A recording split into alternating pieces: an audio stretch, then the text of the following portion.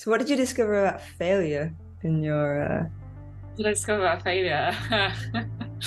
So basically, the idea of the PhD was like how can you use failure as like an experimental strategy in writing to produce new ways of writing, and then can you like use that to challenge ideas of what makes like valuable writing or what makes creative writing valuable to like the academy. I mean, it's kind of like a paradox because if you fail well, if you say that you've used failure as a form of innovation, then basically you're saying like then you get into this accidental kind of neoliberal mindset of like, oh, well, fail early to succeed. There's all these kind of like yeah, yeah, yeah. startups who say like fail early, succeed early, Did you have to and settle on a definition of failure, or were you I sort of definitely tried.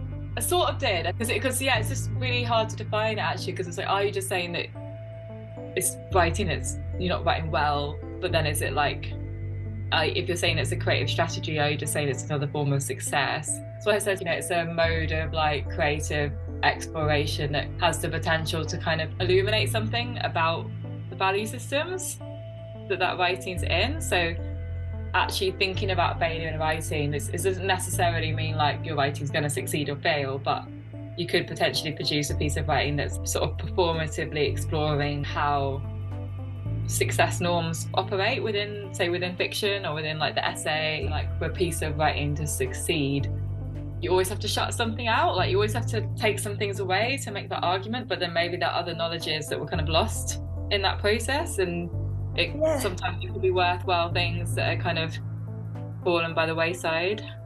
I suppose because if you published a novel and it did really, really well and it inspired loads of people and it was a good force in the world, but it was completely not how you intended it, it wasn't why you wrote it, and you could deem that a failure. Yeah, depends on whose perspective, right? Yeah, it's very subjective. I mean, I think just my initial hunch with that project with the PhD was like, like if you're gonna create anything, you have to have some kind of relationship with failure, and actually failure can be quite generative, and like it is a part of the creative process. Like you have to be open to it and have a relationship with it. And did your relationship with success change quite a lot as well? It sounds like it must have shifted quite a lot in terms of all of the different ways that you reconceptualized failure as you went through the process. Oh yeah, definitely. I think it's in my life and in my writings. I think like yeah, at the start of the PhD, I was like thinking, oh, like write my second novel and maybe I'll get that published, like I said, and and then just everything. Like I ended a really long relationship that I was in. I don't know, like moved house loads of times. I had like a big writing rejection. Like a lot of things kind of went wrong. So I think I realised, oh no, I really started this wanting failure to be like the object over there and talk about it as being this cool subversive thing. But actually when you experience it, it feels like fucking shit, as I'm sure everyone knows. It's horrible. It's like when you actually experience like real failure, like in yourself, in your body, it doesn't feel so nice. And then that made me, because I've been, as part of the PhD, I was reading a lot of queer theory, like I don't know if you know Jack Halberstam, The Queer Art of Failure, and there's quite a lot of queer theory that kind of uses negativity for like an sort of subversive force and kind of argues that failure can be this subversive creative force. And I kind of felt like like there's a lot of interesting stuff in there, but maybe they've kind of romanticized it a bit and made it into something it's not. But then can you use failure in a way without romanticizing it? So I think everything I wrote tried to grapple with that paradox of like trying to do something with failure without just smoothing it out and making it too neat and making it into a different way of success, but which is really difficult. And then in the end, I think like, because I think as well, like just failure is built into language itself. Like, if we say like that's the chair, like the word the chair is never the actual chair, there's always like gap between. So I think I then kind of got interested in how can you write in a way or play with like literary form in a way that kind of emphasizes those gaps and does something with them rather than trying to close them down and make it as accurate as possible, kind of almost like accepting that there's this gap, but let's just build from that. But do you think that most good writing has to come from pain though? I mean, this is a perennial quite a good question.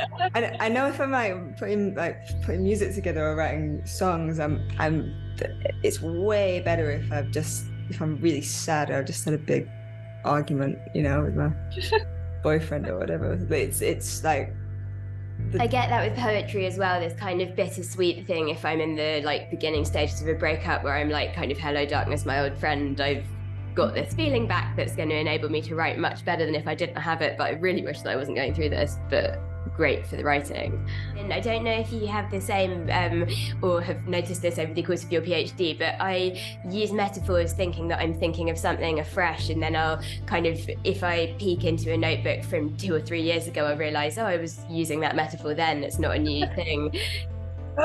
Got like your favourite metaphors? I have this thing about anxiety being like this load of bats that fly around me, and then as the anxiety wears off, they kind of like slowly turn grey and then white, and then their wings drop off and they all kind of dissipate. And I've been using that apparently for many, many years, but every time I come up with it, I'm like, oh yeah, this is perfect to describe anxiety, and then it turns out that it's always been there. Okay, that's quite specific. I mean, that's quite... I like that. Maybe your anxiety just are bats. Maybe that's just... Where I lived last year, like, there was like a big tree. It was like on the second floor, and there was like the top of a tree. And for about 2 hours every evening, there was like hundreds of bats. So I'd be sort of walking to my like front door, and I'd have to like... Oh yeah, that was wonderful. How do they relate to your anxiety bats, or were they just... I really like bats in general, so they were just kind of, I was just kind of very pleased that they were there, but I didn't actually think about my anxiety bats in connection with them at the time. But yeah, I guess that was maybe such a big externalization that I didn't have to bother feeling the anxiety. But do you have that as well, where like a metaphor will come to you and you'll think it's the first time, and then if you look over old writing, it will turn out it was there?